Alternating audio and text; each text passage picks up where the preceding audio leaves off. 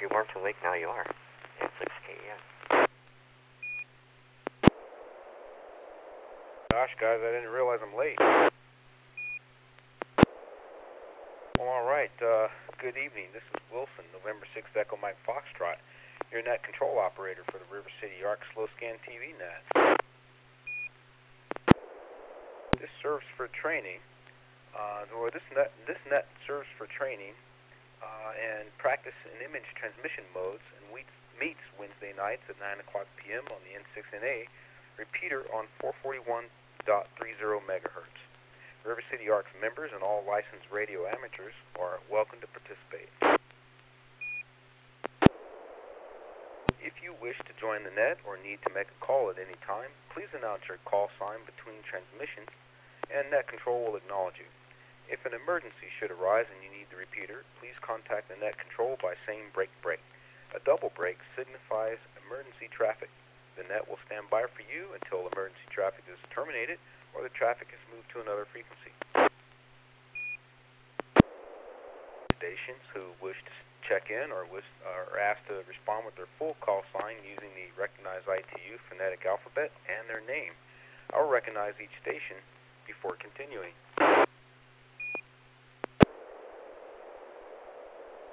Well, any station who wishes to check in, please come now. Good evening, Alpha India 6, Delta Golf in Florence. Kilo Lima 7 Hotel, Quebec, Romeo Neo in Antelope. November 6, Papa Golf, Quebec, Bob in North Roseville. Kilo November 6, Quebec, November, Juliet, James in Gold River.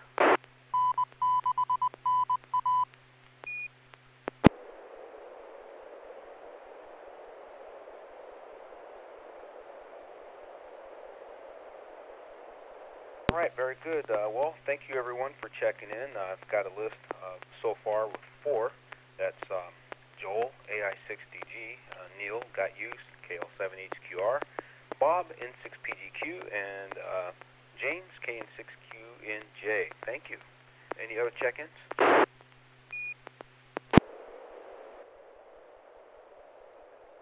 I'm just going to be listening, not participating in the net, just have my hands held on.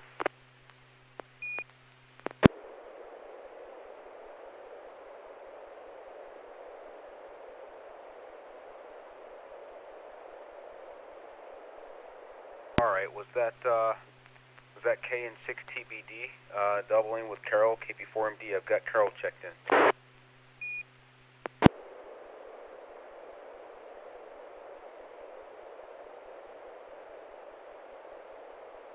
Someone doubled with KP4MD. Was that TBD or was it someone else? Perhaps it was me, November 6 Kilowatt Echo, November 10.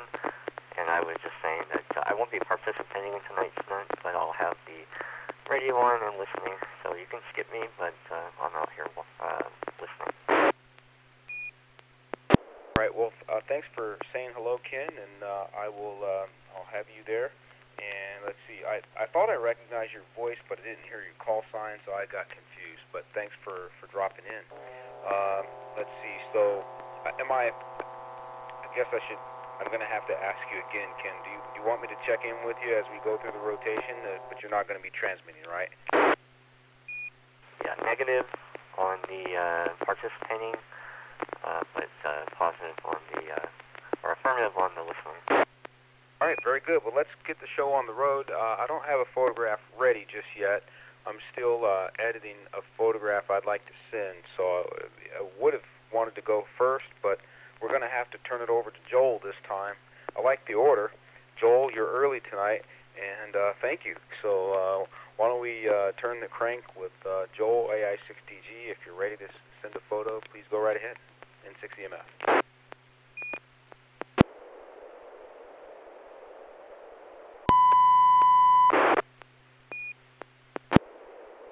Double check. Was there a tone? Indeed, you got tone. PD 120.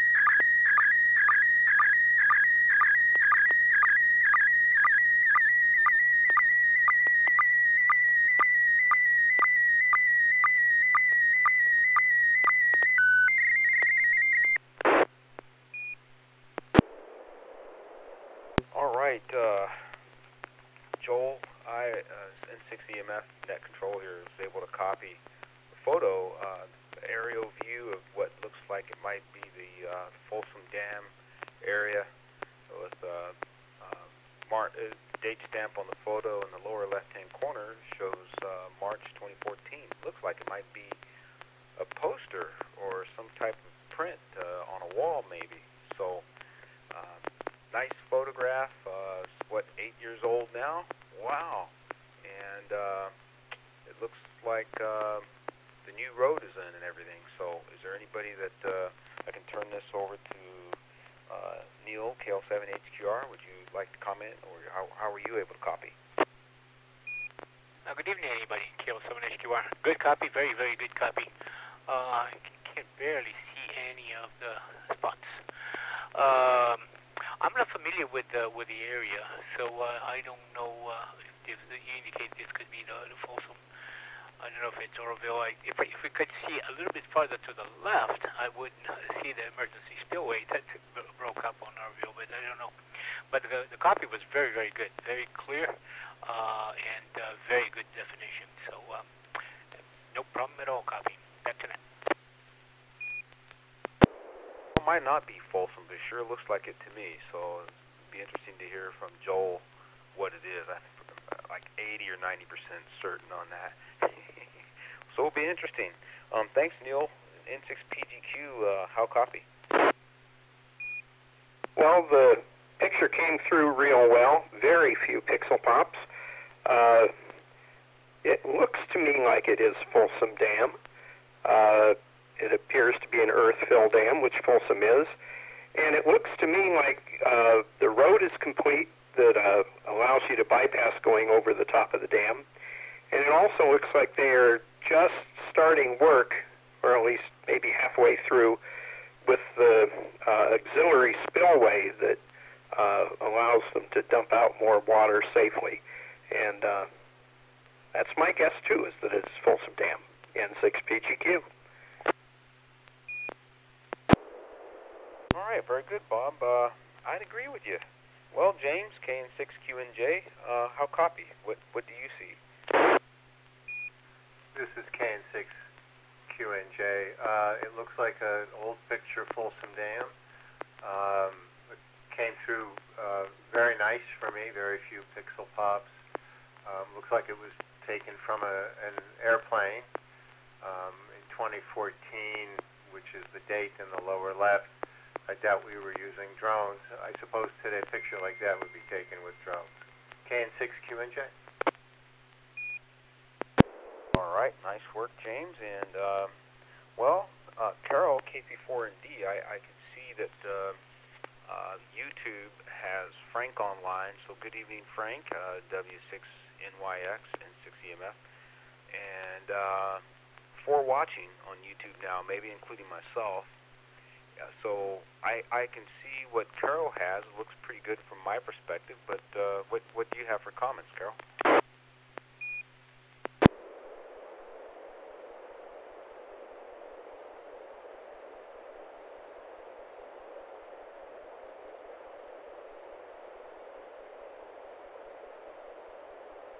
KP4MD and 6EMF. How copy?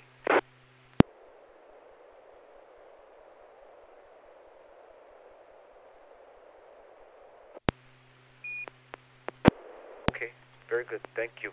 We'll turn it back up to. Let me first check. Do we have any more check-ins at this point? I know that we got through a list of got a handful of people here, but do we have any late check-ins?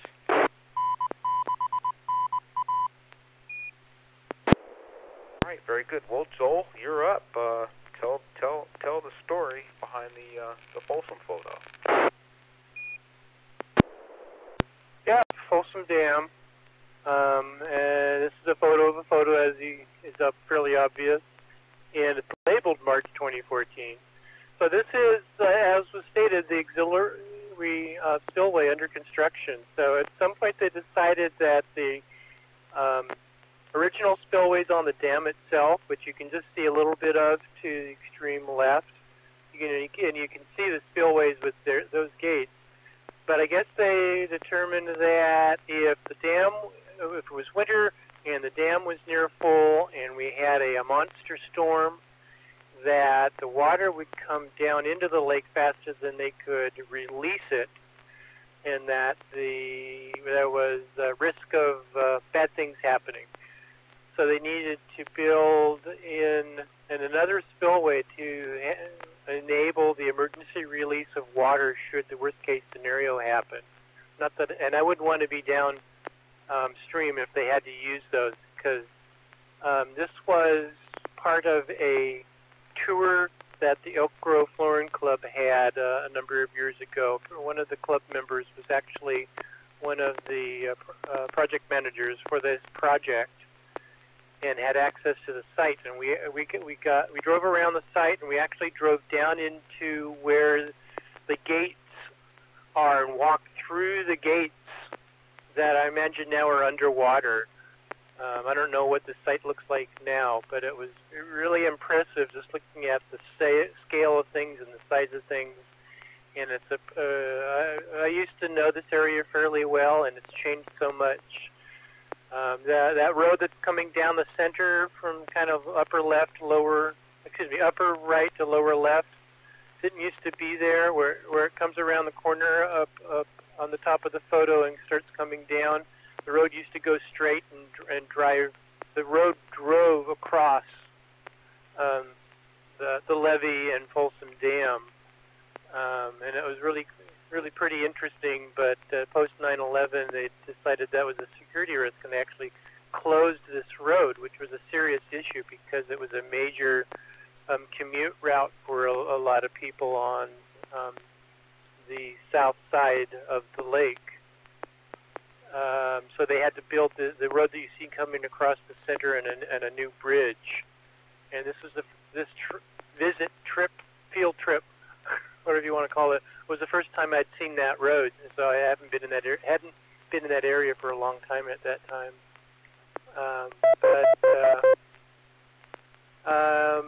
I've got more pictures from that trip, but this seemed to be a picture of a picture seemed to be the best of the.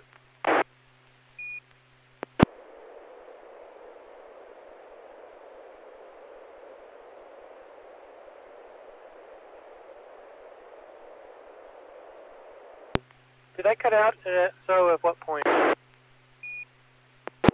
Yeah, I think you said a picture of a picture is probably the best thing you had to offer for the moment. I think that's what I heard you say. That's a Folsom Lake Crossing is the name of that new roadway. Okay, I forgot to step hard on the foot pedal the whole way through, but I think you got everything. So that's it. Back to net AI6TG. Folsom Lake Crossing is the name of the new roadway you pointed out that runs parallel to Folsom Dam Road that was cut off recently or historically. All right, well that's a very interesting photo, Joel. Thank you very much. Yeah, it's just like there's a lot of things. It's almost like you don't want to talk about the hydro stuff anymore because it's so sensitive from a critical national infrastructure standpoint. So if you know something, it's almost like you don't really want to talk about it. So anyway, let's see. Any follow-up questions or comments for Joel? Joel, nice work. Thank you.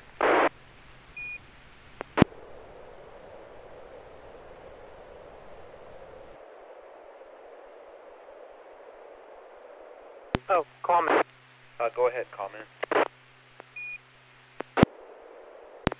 Maybe this goes without saying, but just to make sure everyone knows, I find the best way to view these pictures in SSTV is to click on the little, is to go to the Receive tab and bring up when the picture is in that tab, and click the hourglass symbol that's on the lower right, just below the picture, and then to open that up full screen. That way you usually, it's going to give you the best chance to see the full details that are available in an image. Back to net AI60. All right, very good, Joel. Well, let me turn it over to Neil now, KL7HQR, N6NA. If you're ready, go ahead, Neil. Okay, I already made a comment on this picture. You're talking about me to transmit my picture? Yeah, go ahead. Go ahead, Neil. Go ahead and transmit when you're ready. Okay, KL7HQR, PB120.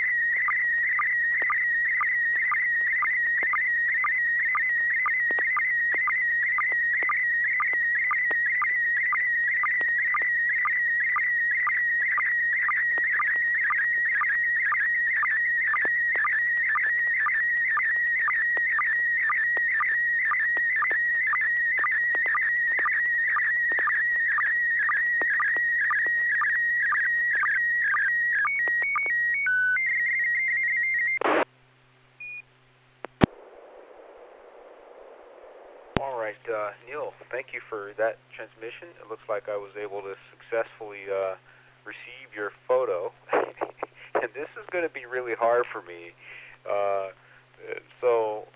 I've got a photograph of something marine-oriented. It looks like there is some kind of water lock in a port or a river or something along those lines. There's an industrial or a port-like background.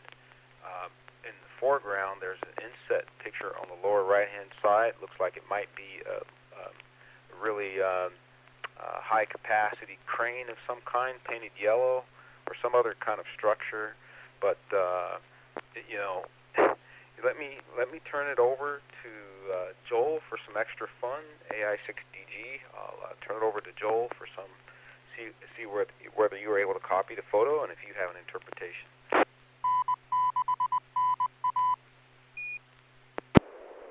Yeah, so we've got one main photo with an insert on the lower right.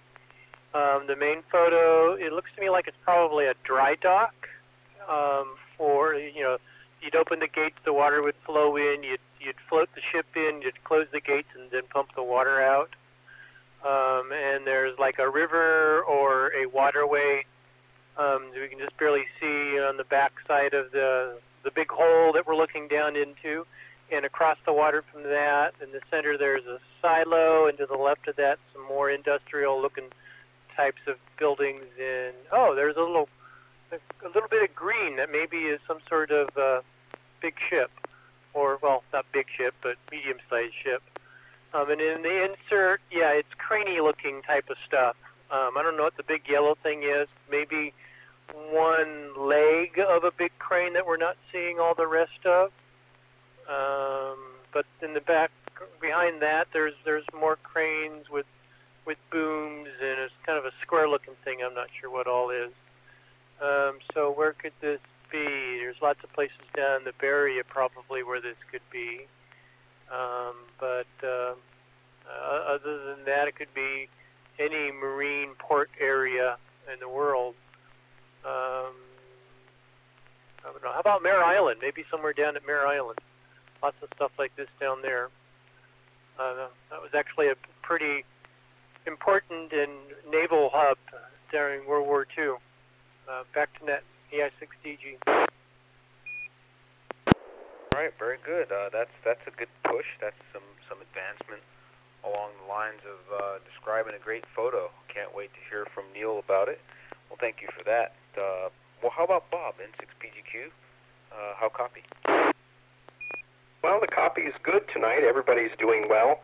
In the lower right, it looks like a series of cranes that probably is there to load materials.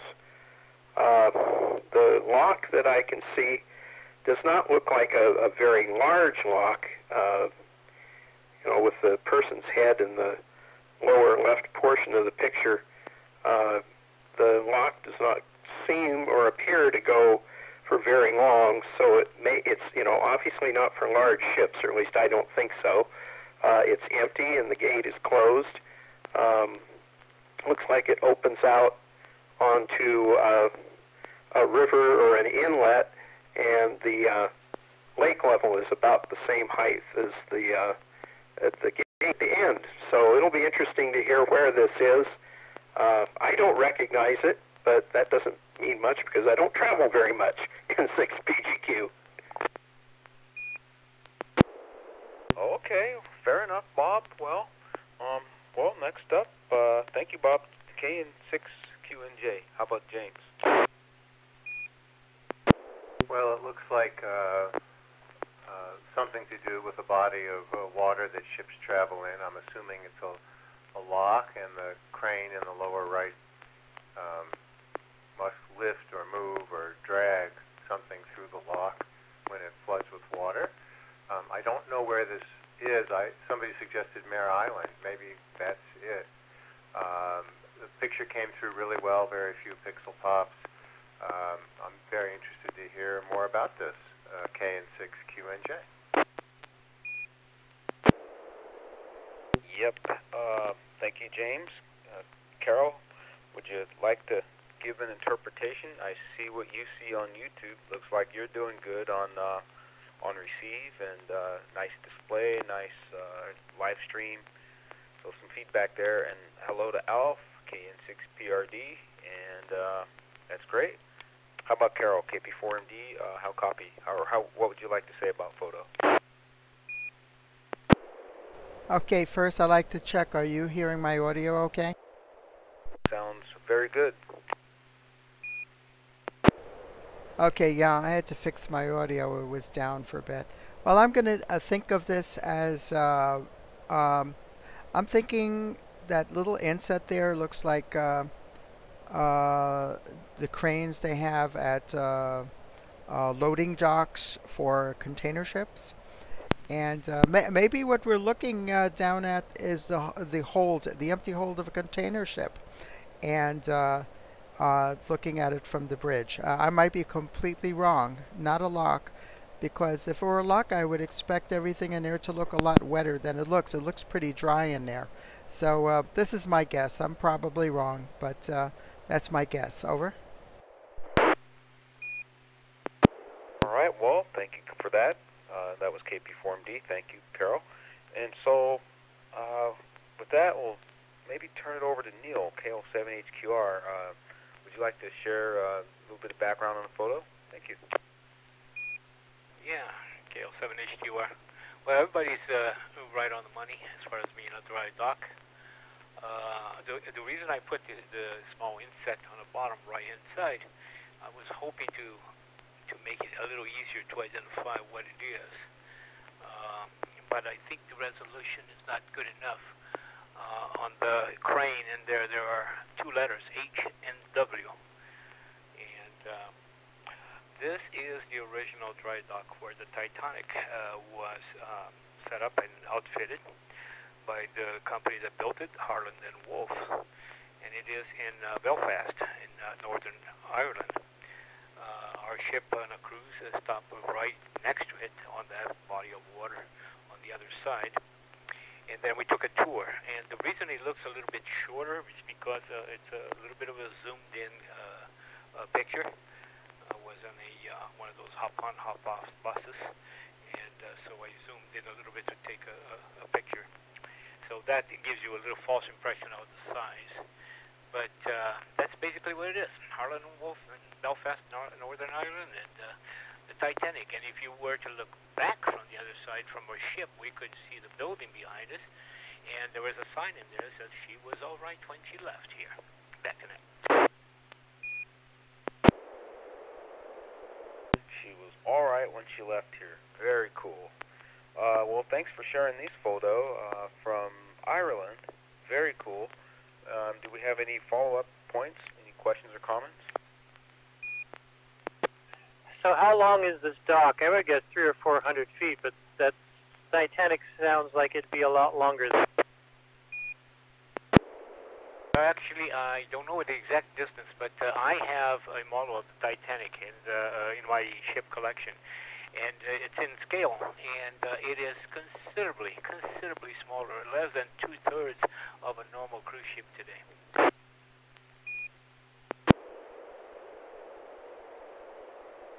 I'll see if I can find out the exact dimensions.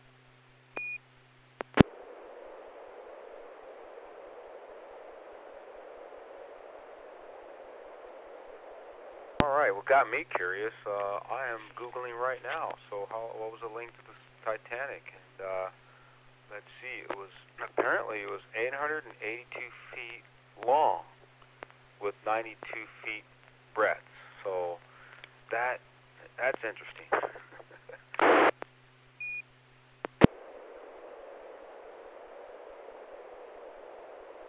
Well, all right.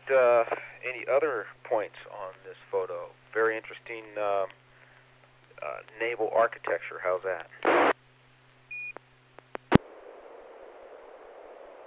Okay, well, it'll be fun to hear from Bob in 6PGQ. If you're ready, we'll go ahead and send a photo.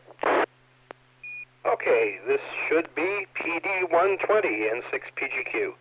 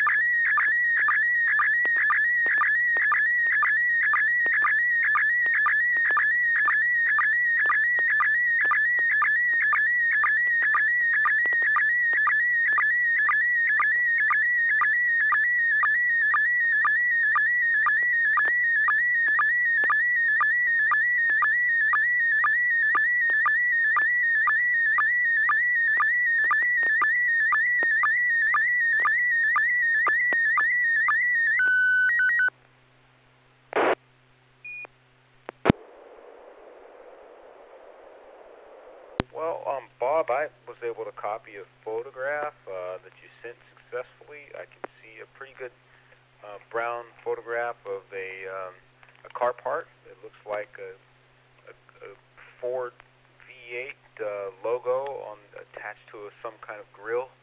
Can't discern the orientation of the photo, but if it's a grill like this, it must be somewhere off to the side of the car or on the front. On the front end of the car, maybe on the side of the hood or above one of the fenders or something like that. But all right, can't wait to hear about it. I wonder if this is one of your family,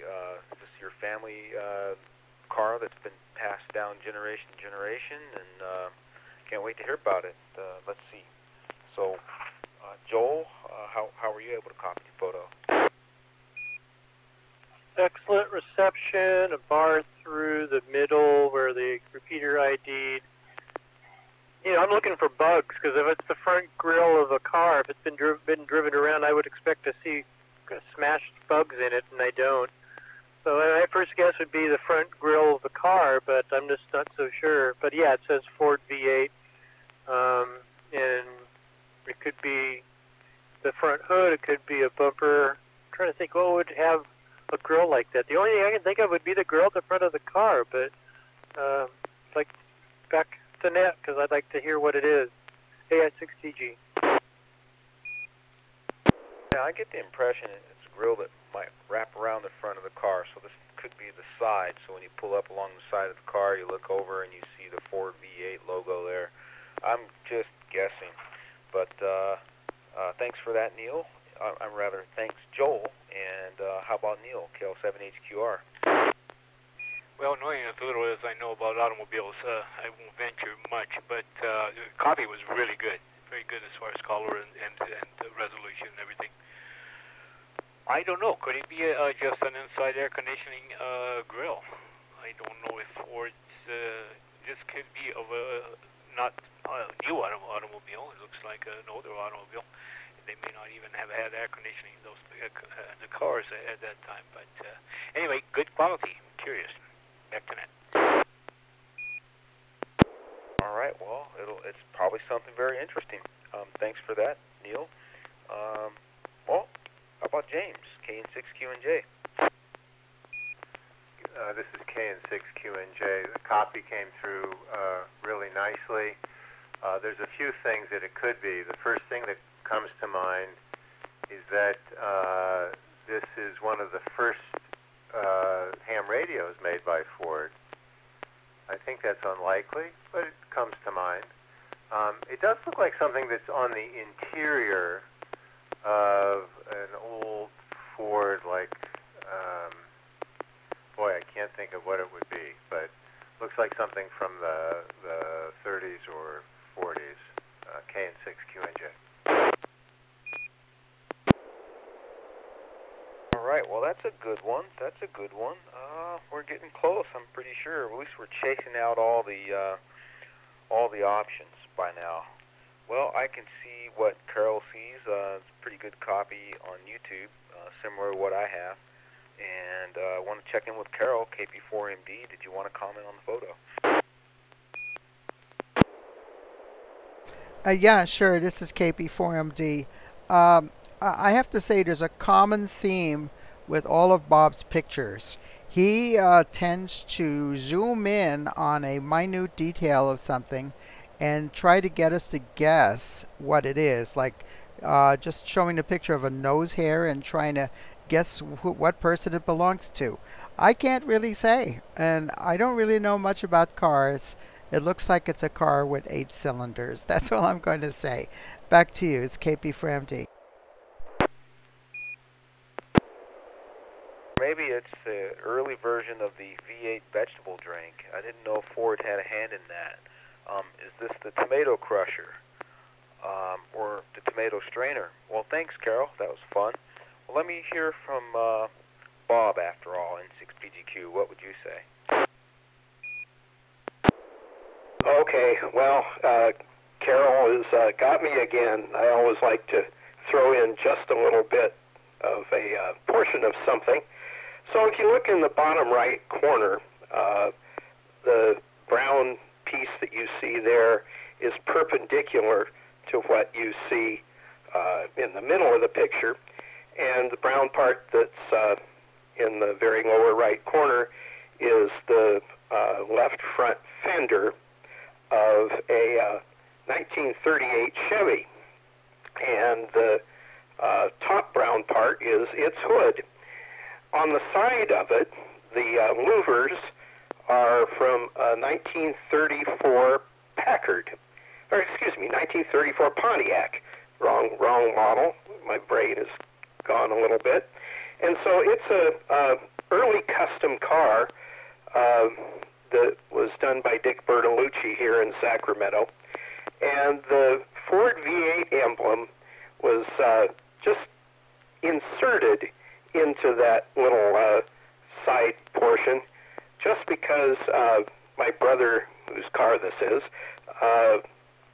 decided to add insult to injury because all the Chevys all had six-cylinder engines in it, and so just for the heck of it and for this picture, he stuck the Ford V8 emblem from a 1940 Ford onto the side of a Chevrolet.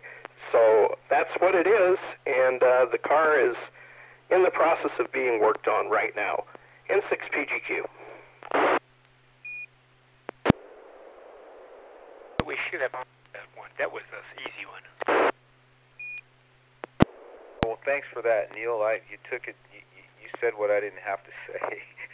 Well, thanks, Bob. That was fun. Those custom ones are they're always a lot of fun. I hope it's going to be well documented so you can remember where to find a donor for replacement parts down the road. Maybe Bertolucci will put together a nice manual for it. What do you say? Well, unfortunately, Dick died about a month and a half ago of basically old age. The body shop is still there. It's being run by the family, but this was one of his cars that he customized. And it's in need of front end and a few other mechanical parts, but all of the custom parts and everything are with the car, so it won't be a problem to redo that. All right, well, I'll tell you what, I like the color. I love those 1930s colors, and especially some of the pastels that came out maybe a little after that, but nice, unique color to see in an automobile, so thanks for sharing. Any other comments on the grill? I think I got it right. Do I get a bonus for guessing that it was the side of the grill? KN6QNJ. Go ahead, James. Yes, of course you get a bonus, and of course Carol was exactly right about the whole thing.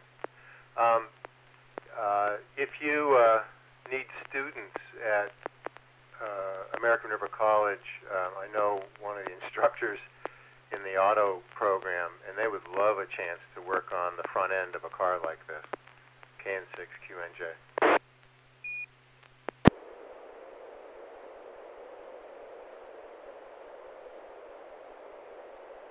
All right, well, very good, Bob. You've got a resource, I think, so be sure to let them tap into it if needed.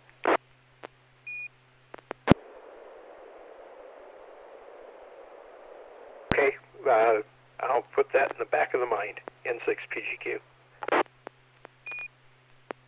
Okay, well, no other comments. I'll take a quick pause and see if I can get a photo ready. I don't think I'm going to be, though. I'm struggling with aspect ratio issues when I import the photo into SSTV, but I might just turn it over to KN6QNJ. Are you ready to transmit, James? I think so. Let me do a tone here.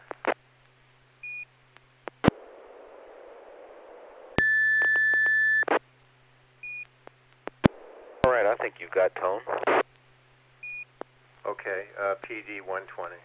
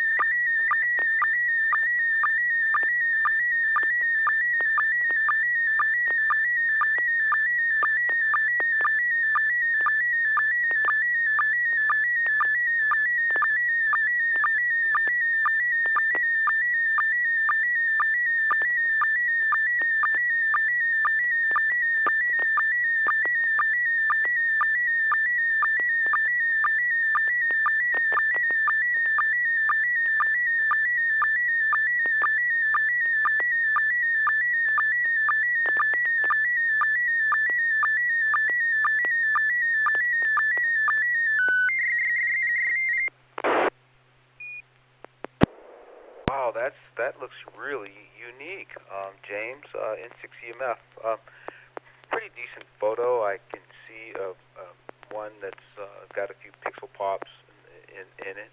It looks like the photograph may have been taken from inside of a vehicle of some kind, maybe a train or a bus, because it appears as though there's a reflection of a glass, and I can see the shape of frames for window apertures and maybe even the shape of a person's head, but I don't know for sure. I'm just kind of throwing stuff out there based on my impressions. And I could see some overhead cables mounted on towers or steel poles, rather, of some kind. Maybe it's a power line or communications line. This could be a mine of some kind, maybe some kind of mineral mine or salt, I don't know. But looks like something way out there is going on the landscape. And I can't tell what's at the top of the photo, kind of around the gray sky, cloudy sky. Maybe it's an antenna or some other kind of erected structure of some kind. But that's my kind of assessment. It's something far out, probably something related to mining or some other natural wonder with caked up aggregate, I guess. Well, let's see. That was James, AI6DG. How about you? How copy? Good copy.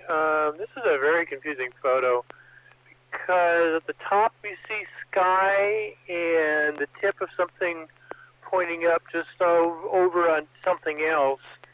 And below that we've got maybe a fence or a wood or something, but I don't know. I can't really tell what it is, but it looks like we've got a reflection there of a landscape with like maybe a dirt field in the foreground, piles of dirt or a levee or something, or maybe the berm of train tracks, and then like a power pole with power lines going to the left and the right of it.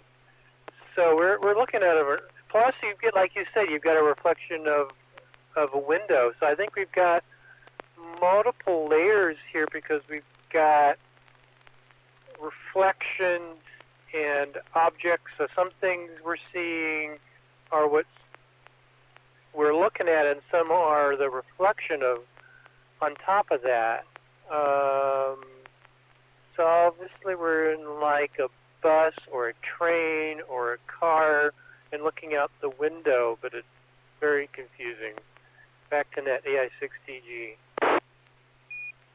That's pretty good, Joel. I sure am glad that Carol, KP4MD, is recording these sessions because I want the anthropologists about 1,000 years ago from now to be able to look back on this and see that this is like forensics. We're trying to figure out things, not just all about slow scan TV, but there's other aspects of this. So it'll be fun to hear to be able to look forward in the future and see what the anthropologists would say. Well, Neil, KL7HQR, what would you say?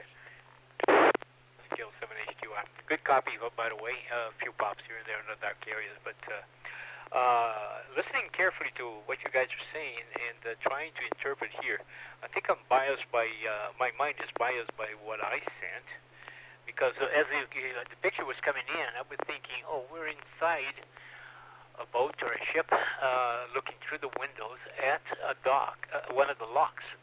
And what you see in the middle on the other side is the very top of another ship. So we're either going down or going up on the lock to reach the other side.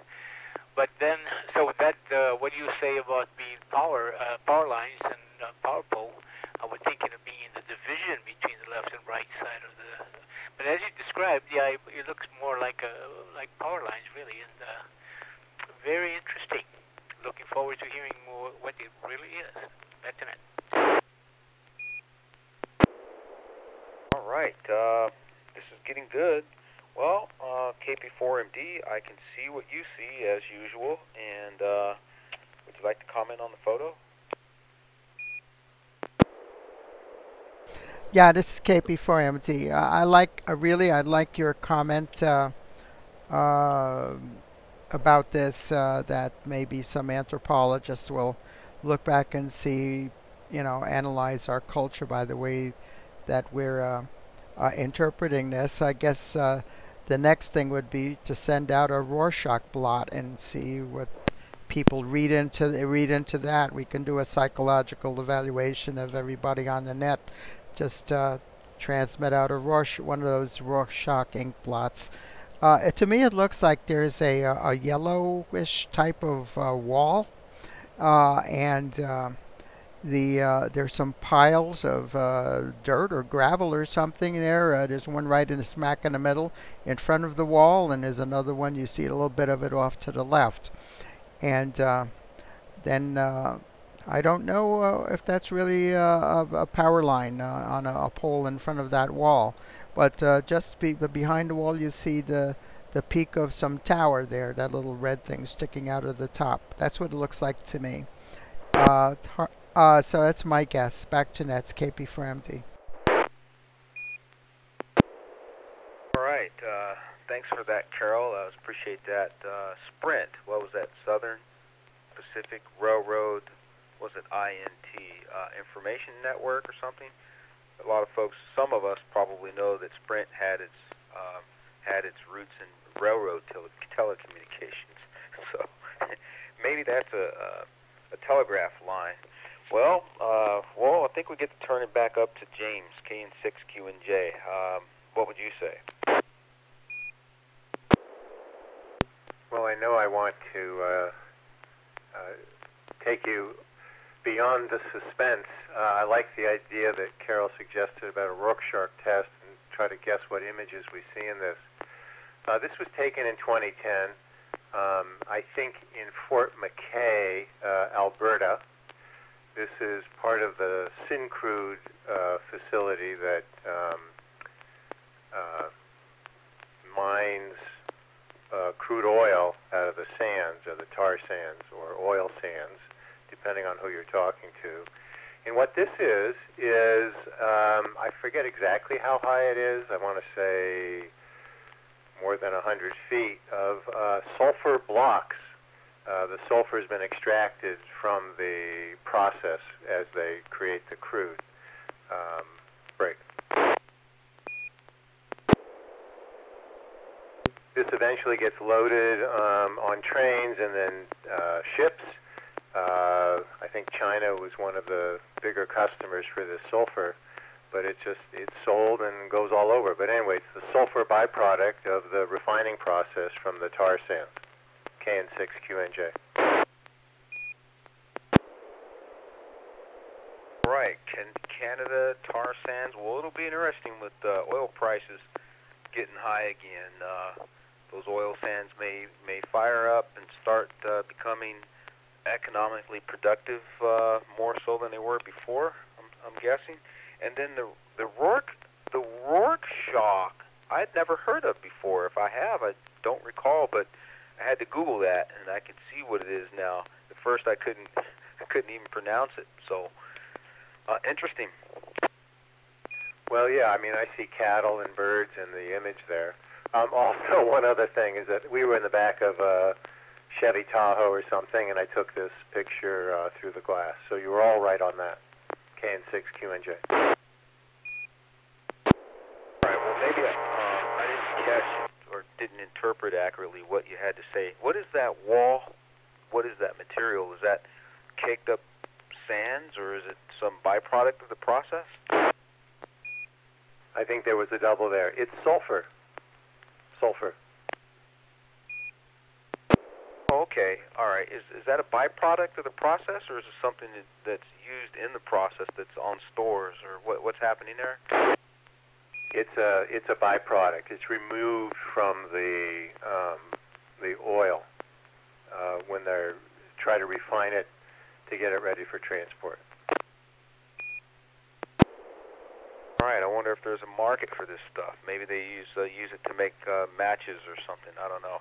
Well, any other comments? Thanks for those answering my silly questions, James. And you probably had already stated some of that. While you were talking, I was multitasking, trying to figure out what is this Rorschach thing that they're talking about. Anybody else? What about the power pole and lines?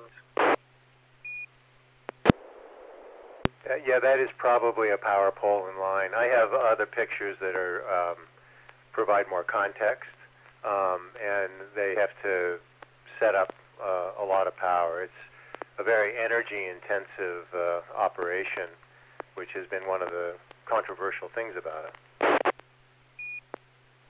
So everything we're seeing is through the window and on one layer. The only thing that's a reflection is the outline that's vaguely seen of like a maybe you or whoever took the photo in a square something or another. You're being very nice. There's a bald gentleman taking the picture. That's me, yes. That's my silhouette. Good that you picked up on that, exactly. But yeah, you're just seeing a very narrow view of the whole operation, which is very large. All right, nice. Thanks for sharing that. Remember an aerial view of another type of oil sort of refinery, oil sands type complex that you showed us from the aerial view of a photograph. So thanks for that and bringing another perspective to the group. Appreciate that, James. Well, let me try to send a photograph here. If you're ready, I'll get one out. Well, it's N6EMF, and here it comes, and it's a follow-up to a previous picture as a hint. Robot 72.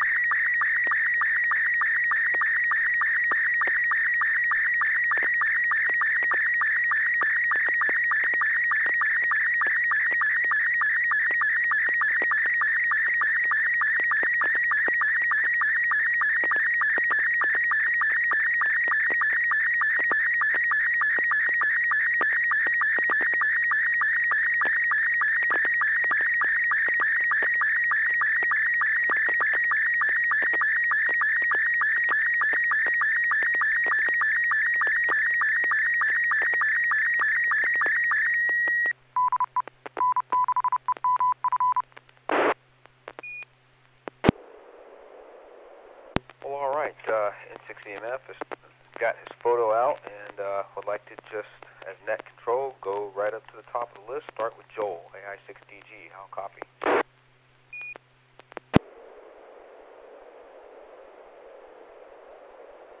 Oh shoot, I went off doing other things and now I can't get back to, oh there it is, wait a second, let me go look. Oh, there it is. Okay, so, wow, that was quick. And it's amazing how much we can see. So we're looking at, looks like we're looking at down at a tree or maybe up a tree. So we've got a trunk and a branch with some leaves and sub-branches in the foreground. Looks like the main trunk of the tree is pretty small and it's tied to a stake. Very red leaves, so it's not fall, so I don't think this is a fall picture. So what kind of tree has red leaves? I don't know. Back to net, AI6DG. Thank you, Joel.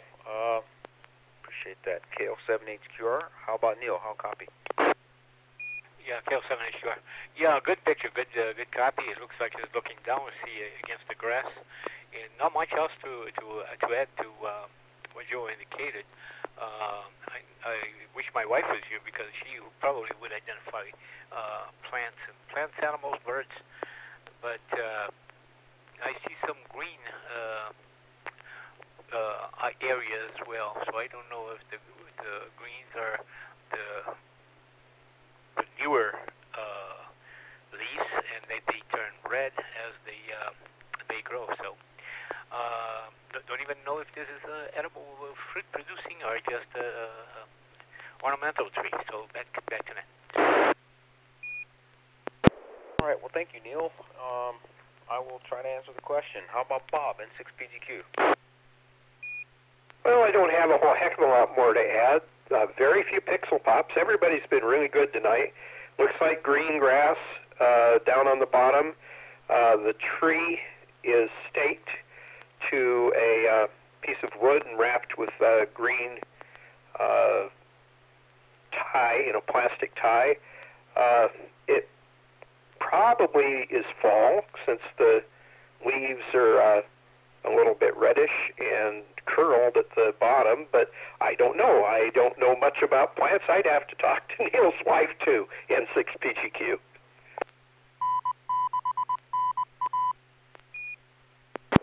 All right, well, that's good stuff. Well, turn it over to maybe James, KN6QNJ. I'll copy. Thanks, Bob. KN6QNJ, the photo came in well. I don't have much to add. Very few pixel pops, at least because of the color, very few that are noticeable. It almost looks like some kind of insect that is camouflaged on a tree. I know it's not that, but I really, because of the angle and the lighting, it almost gives you the impression that there's some sort of something camouflaging itself on there. But anyway, I'm interested to hear more about this. This is James, KN6QNJ. Respectfully, James, do you have any of those ink blot tests handy? Yes, see, what we're supposed to do now is look at this and tell each other what we think we're seeing, what it reminds us of. That would be fun.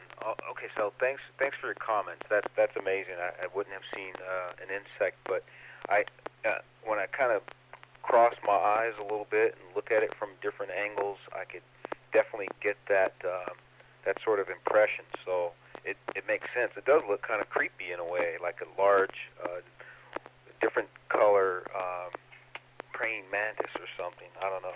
Well, how about Carol, KP4ND? Your impressions? I can see that you got it on YouTube. Okay, well, I can tell. This is KP4MD. I can tell you what it could possibly be. First of all, Andrew Murphy has joined us. I think Andrew is over in the United Kingdom, if I'm not mistaken. He says, "How's everyone been? It's been a while." Been able to say, "Hey." So hi there to Andrew. I've seen a project like this that was a disguised 2-meter ground plane antenna made with coat hangers and pieces of silk plants. It was actually the radials and the vertical element were all made to look like a plant. So that could possibly be, but I'm sure it probably isn't. Back to you, KP4MD. This gave me a wonderful idea, Carol. It would have been a nice antenna for Parasat radio, to kind of insert the elements, the wire elements, into tree branches, inside the branches or something. So artificial plants and trees with antenna elements for spy work. Yes, very cool. Well, anyway, I just wanted to give the group here, N6NA Net Control, wanted to give the group here a status update on the tree that was planted here at his QTH a few weeks ago. So 6.5 weeks ago to date, I planted this 15-gallon container Chinese pistachio male tree, and it was aimed at replacing a diseased silver maple tree that I recently had removed. So just want to let you know the tree was purchased dormant. There was nothing in bloom at the time, and I'm really relieved because we had a couple of frosts, and I was just really concerned about the way the tree was handled when it was transported to the QTH, and with the cold weather. Which just happy to see that the leaves and the blooms are starting to come out. So, yay! And thanks for your comments. I hope that answered your questions. Just to confirm that the tree is alive and well after 6.5 weeks being planted. N6 EMF.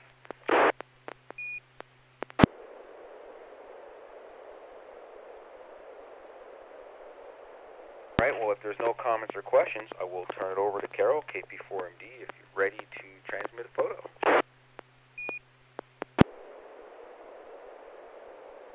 Okay, this is going to be the PD 120-160, the one we normally use. It's KP4MD.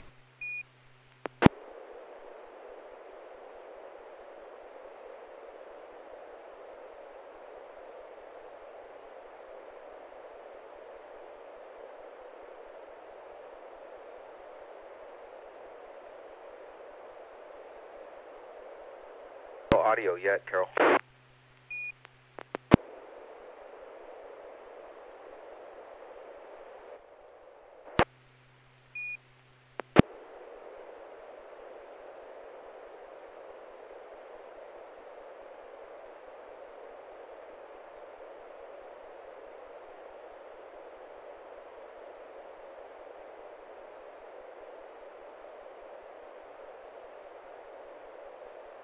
KP4NB and 6 EMF.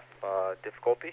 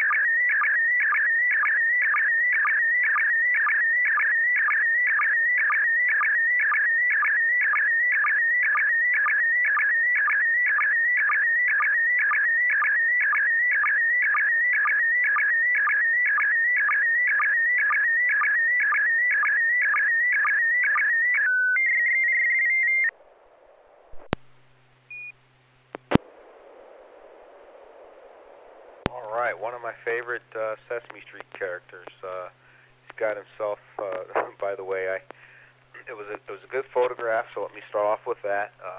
Pretty good color balance. That PD 160, I think this was,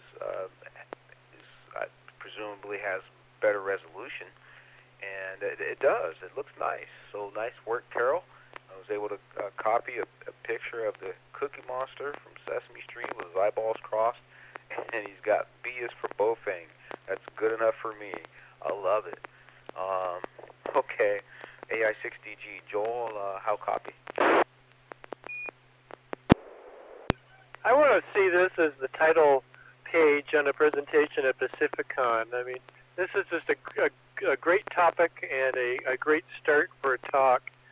And Carol, they are all gonna have that spectrum analyzer at the booth in any future years to do testing of spectral purity on transmitters from handy-talkies. I mean, this is I know I've got a big grin on my face, and I don't want to jump into a frying pan here with any comments I want to make, but yeah, I enjoyed this back to net AI6DG. All right, well that's fair. But you know, well, KL78QR. Neil, how about you? How copy? Copy very well, KL78QR. Very good copy. I didn't notice it was PD160.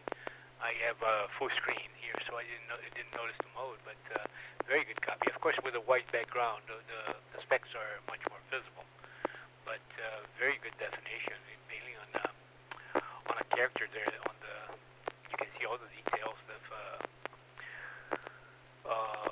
the fur, and very good copy.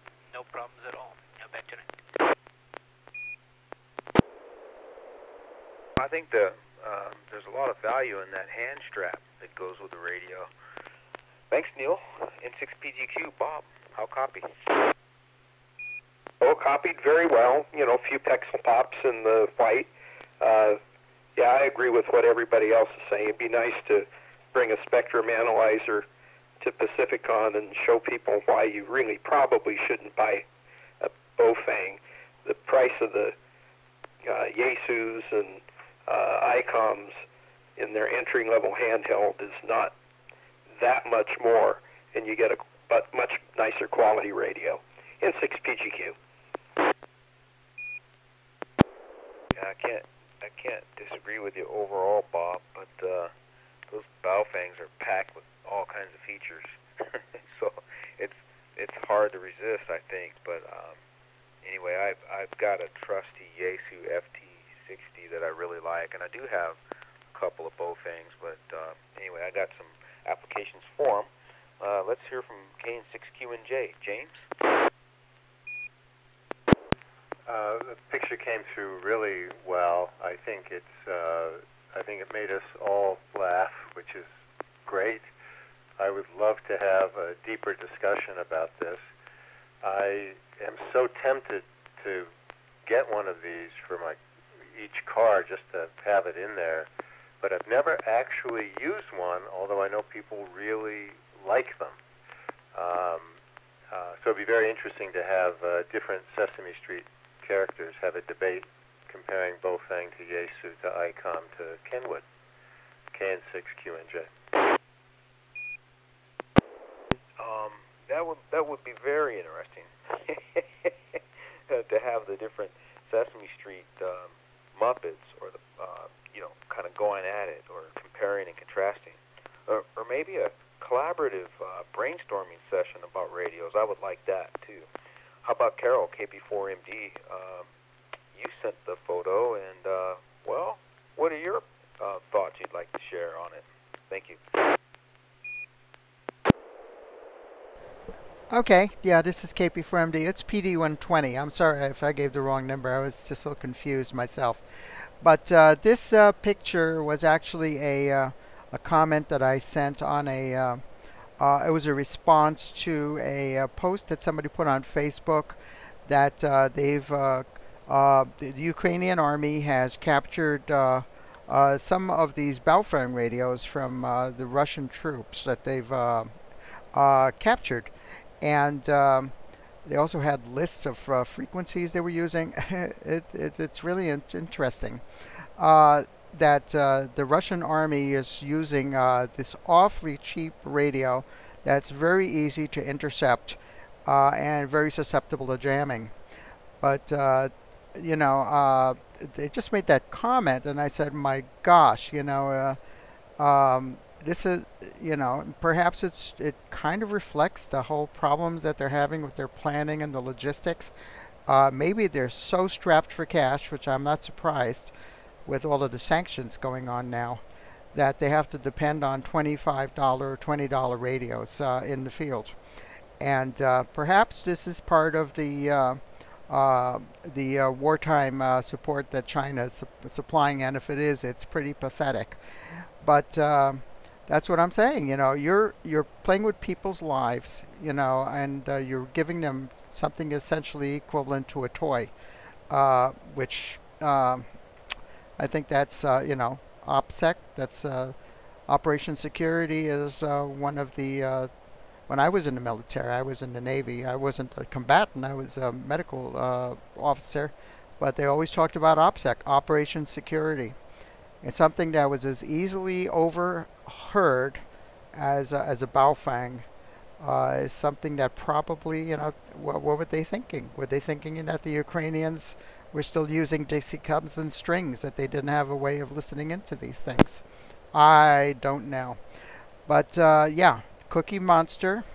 You know, everybody's heard that jingle. C is for cookie. Well, this one is B is for Baofeng. And it's just to show the absurdity of the whole thing. I think it would be a good cover slide for a discussion going into this, into one of the seminars in PacificCon. What they did at PacificCon when we had the national convention here, which I believe was in the year 2012, was they had Bob, I'm trying to remember his last name, Bob Henderson, I think. He's the head of ARL Labs, or one of the main people that work at our ARL Labs over there in Newington. He does a lot of the product reviews. Let me drop it a moment here. Yeah, he does a lot of the product reviews for QST. He was here when we had the national convention here in Santa Clara, and he was testing the equipment, like you said, Joel. He was testing the HTs, and the reason they were doing that was they were gathering information for a article that came out later in QST that showed that a very high percentage of the Baofeng radios were not compliant with FCC emission purity standards, so they failed the test. So and people are putting this on the air, these things on the air, and they're putting out spurs on other frequencies that could possibly interfere with other services altogether. So that was the issue, and you know, there's it's published in QST. They gathered quite a bit of information there at the convention. So if you're interested in that, James, I think we can look that up and get it out to you there. Back to net. This is KP4 Mike Delta. Thanks for that discussion on that, Carol. Appreciate it very much. Any follow-ups?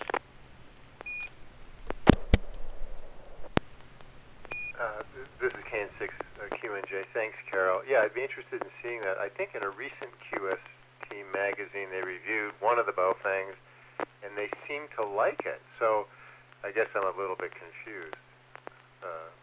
N6NA.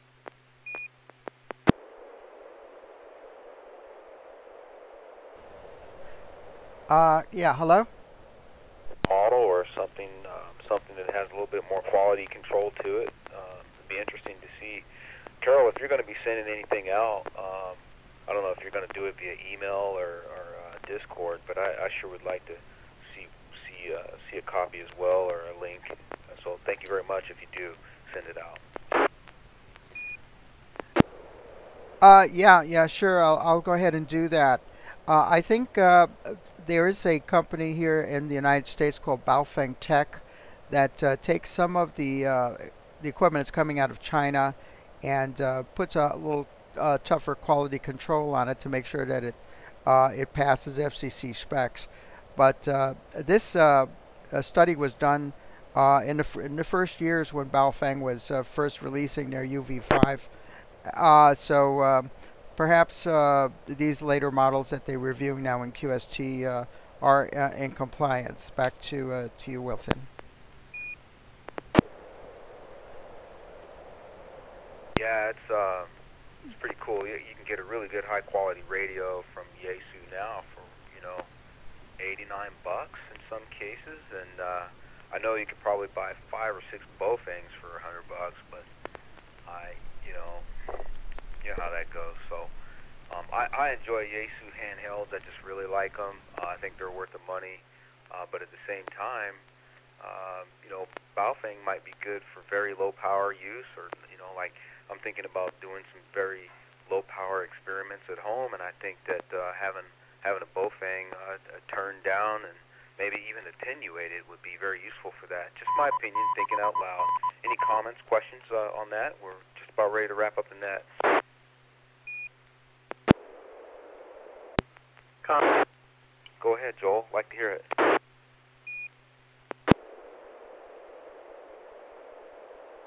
I'm pretty much a downer when it comes to the cheap Chinese radios, but I do have to admit that I do think that they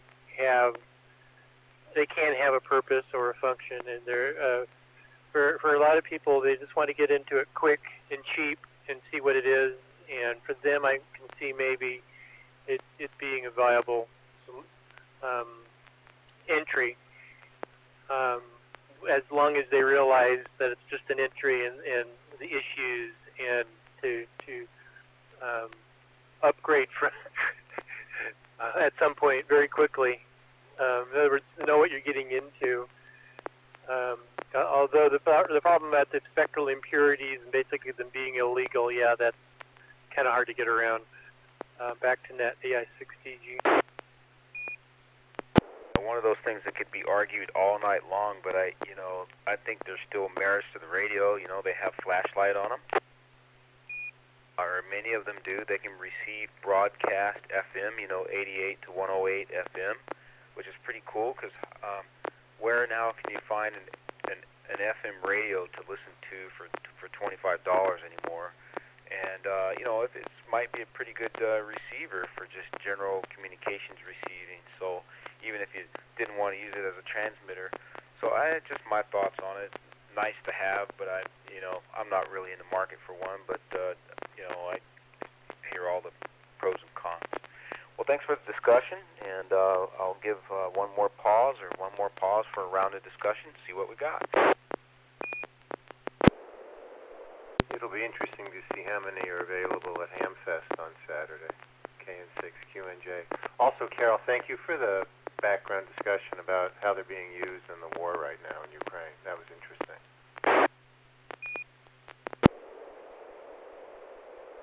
Indeed, it was. I don't know I think you're on Discord, aren't you, James? Yeah, I'm on Discord. Yeah, I think it was Carol that sent out something on Discord maybe just 2-3 days ago. Might have been a photograph of. I could be mistaken, but I thought you did, KB4MD, send something on Discord on this point.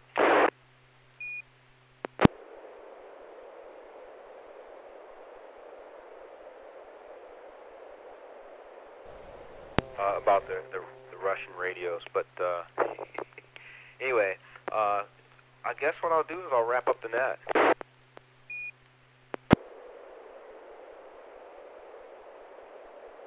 So I want to express appreciation to all those who participated in tonight's Slow Scan TV Net. We hope to see you again next Wednesday at 9 o'clock p.m. The net is officially closed at 10:20 p.m. Pacific Time. This is Wilson, November 6 Echo Mike Foxtrot, wishing all of you a good evening. Thank you.